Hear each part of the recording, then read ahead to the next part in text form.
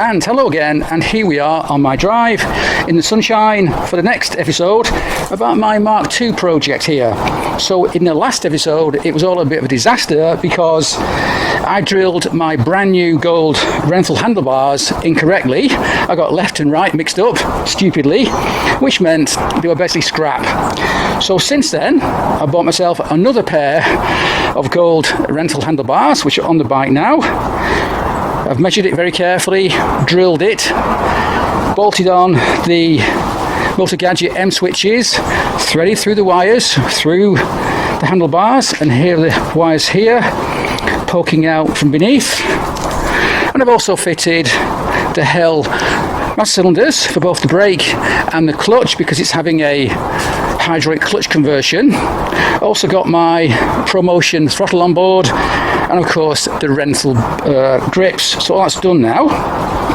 So we're getting close to being able to start wiring the bike for the first time.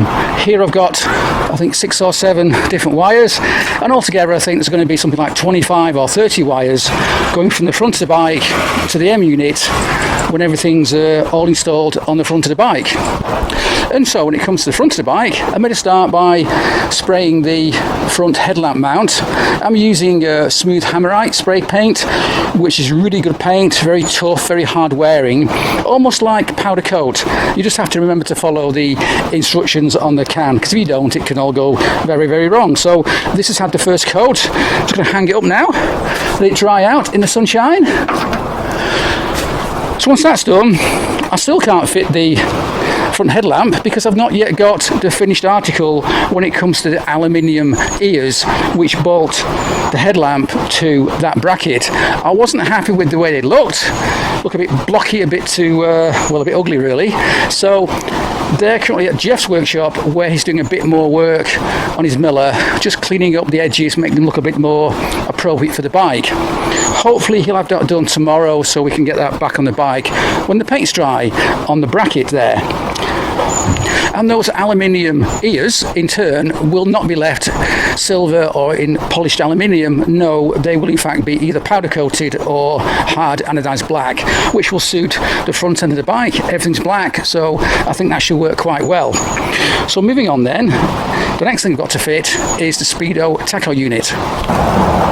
And here it is. It's a combined Speedo tacho unit, which also includes all the idiot lights for the bike. And as such, it's got quite a lot of wires here. I think there's something like 12 or 13 wires. And that's not only the wires I need to make this thing work, because it also needs a Speedo sensor. And on this bike, I'm going to use a GPS sender. Not got it yet because it wasn't in stock, but when it arrives, it can go on the bike. I'm not quite sure how many wires that needs, but probably an extra 3 or 4. So what I've got to do next then is make a bracket to mount this to the front of the top yoke. And so to that end, I've already had Jeff the welder make me this little bracket here, which bolts to these 2 bosses on the top yoke. It looks just the same as the bracket we've got for the headlamp mount, so hopefully it all fits in quite well. Got a little bracket here angled at 45 degrees, so now I've got to find a way of mounting this Speedo tacho unit to this bracket. It won't just mount straight on, so what I've got to do is make a little cardboard template, probably in steel, maybe aluminium, I'm not sure yet, to get this just right, at the right height and so on. So you'll have 2 holes at the top, 2 holes at the bottom, and a little bracket, and hopefully that's the Speedo tacho unit mounted just right how I want it on the bike. However, you may notice that when this bracket is in place, I can't have any access to this area here where the ignition key would normally go. That's not a problem because this bike is not having a standard ignition key. No, it's having a keyless ignition system using an RFID key fob.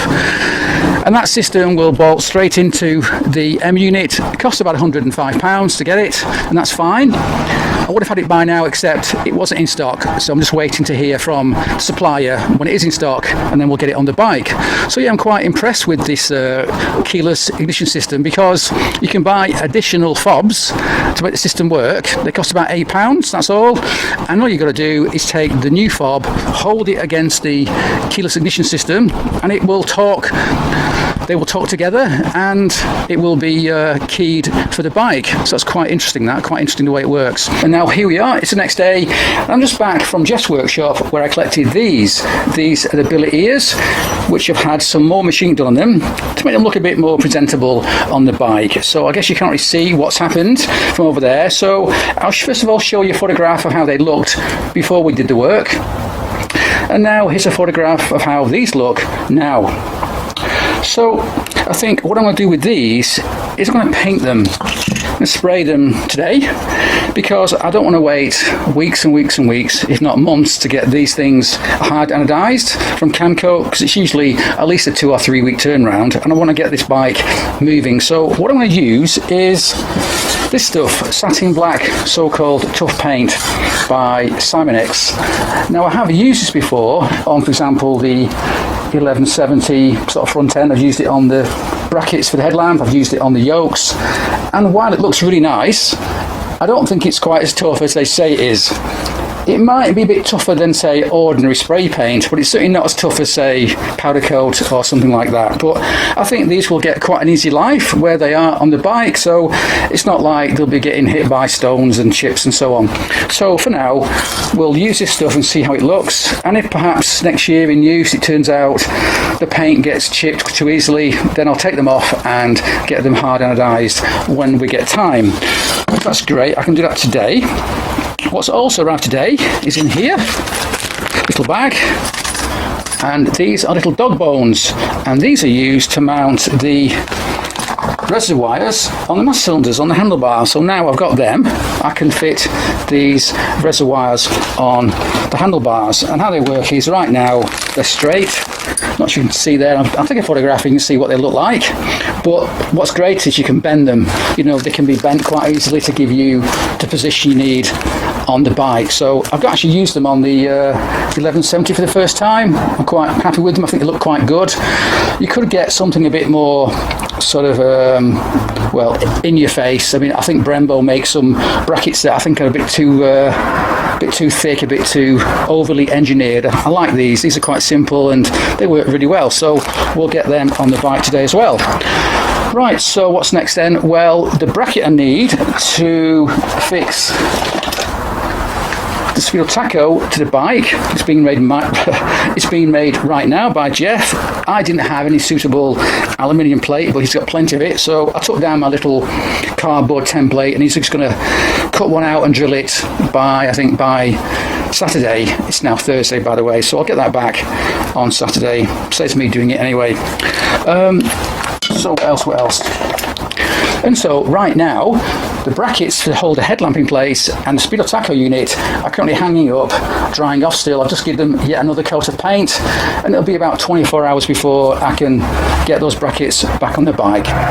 And so while we're waiting for that paint to dry, I may as well prep these two billet ears and get them sprayed with this stuff here, this so-called tough paint.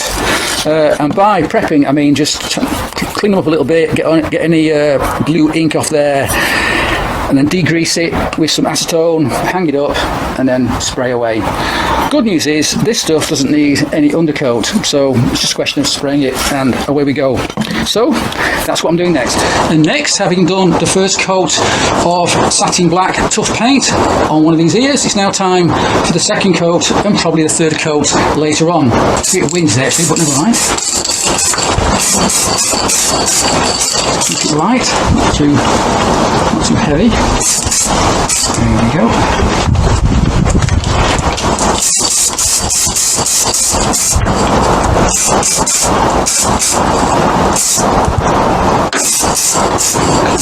And so that's the second coat of satin black tough paint, and no doubt I'll give it at least 1 or 2 more coats before we're finished. It says on the back you wait about half an hour between each coat, so now I'll leave that for half an hour, gonna have a cup of tea, and I'll come back and do another coat. And now, as you can see, I've got those dog bones in place along with the hell reservoirs. Now on my 1170 I'm actually using the small clutch reservoir on both sides, and that's something I might do because this one's a bit big, a bit ugly. It is more convenient because obviously you're bleeding the brakes a bit more often than the clutch, but yeah, I might change that. But yeah, that's okay. Now these can bend, these stainless steel dog bones can be bent, but at the moment I'm pretty happy with the way they look as they come out of the box, so that's great. Yeah, so let's see what else we can do today. Right, so what's next then is that one thing I can do is to measure the lengths of the brake lines I need on the front of the bike. Now I've got the brake master cylinder fitted to the handlebars. So to that end, I've got three options. And with no expense spent, I've done a quick diagram to show you what those three options are. So number one is the standard sort of OE way of doing things, where you get a brake line from the master cylinder down to a central splitter.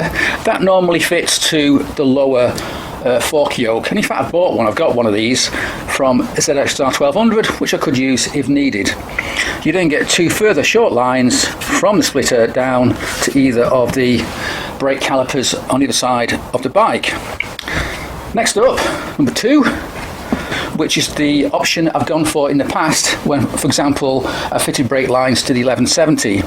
And what we have here are just two brake lines, two longer brake lines going all the way from the handlebar down to each of the brake calipers. Pretty simple. And finally, the third option here is a bit different. You have one longer brake line going down to one of the brake calipers, and then you get a shorter brake line which loops over the wheel, loops over the front mudguard to the second brake caliper.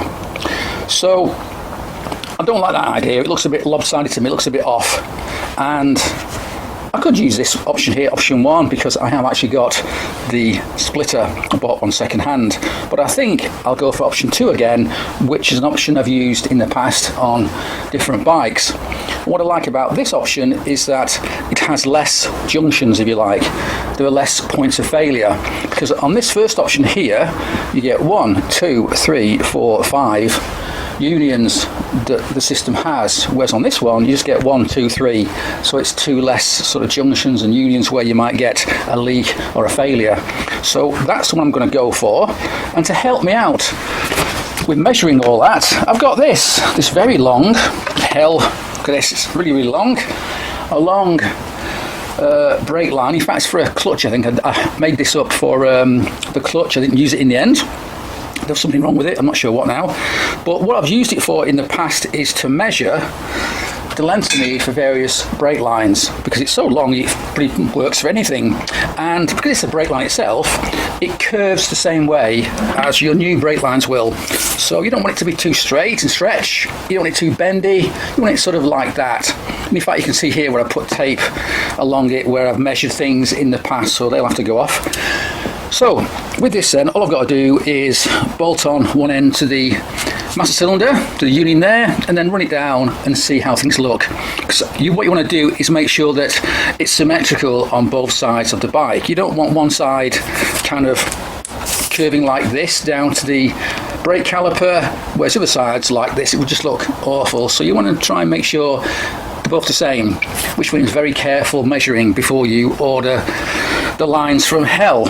Now, I won't actually order the lines from hell just yet, because I've not yet got my Tacho rear sets. They're way overdue, but I've been promised them, they'll be here as soon as possible anyway.